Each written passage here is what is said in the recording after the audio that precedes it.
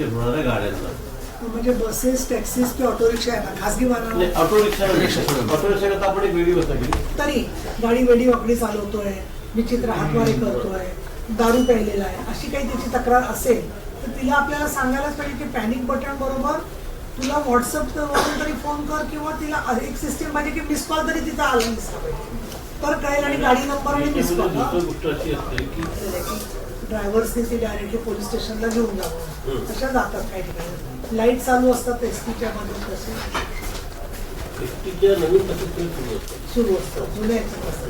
पण हे panic button ST मध्ये आहे कुठे मला सांगा, लावले नव्हतं 19 कुठे लावले ते? आता त्याच्यात नाही, त्याच्यात तर एकच नाही, त्यात भरपूर असतात. दर 2 मिनिटांमध्ये मी पण बघितलं मॅडम, सीट असतात ना त्या सीटच्या राईट साईडला लावलेल्या आहे. मार्ग काढू शकतो. त्याच्यावर कुठलाही निर्णय घेण्याच्या आधी फक्त आपण अपडेट घेऊया वस्तुस्थितीसाठी नक्की काय झालेलं आहे. महाराष्ट्रामध्ये हायपॉवर कमिटीने निर्णय घेतला की BSNL ही यंत्रणा आणि पण BSNL त्यांनी त्यांच्या पद्धतीने एक टेंडर करून त्यांनी एक मॅप नावाच्या कंपनीला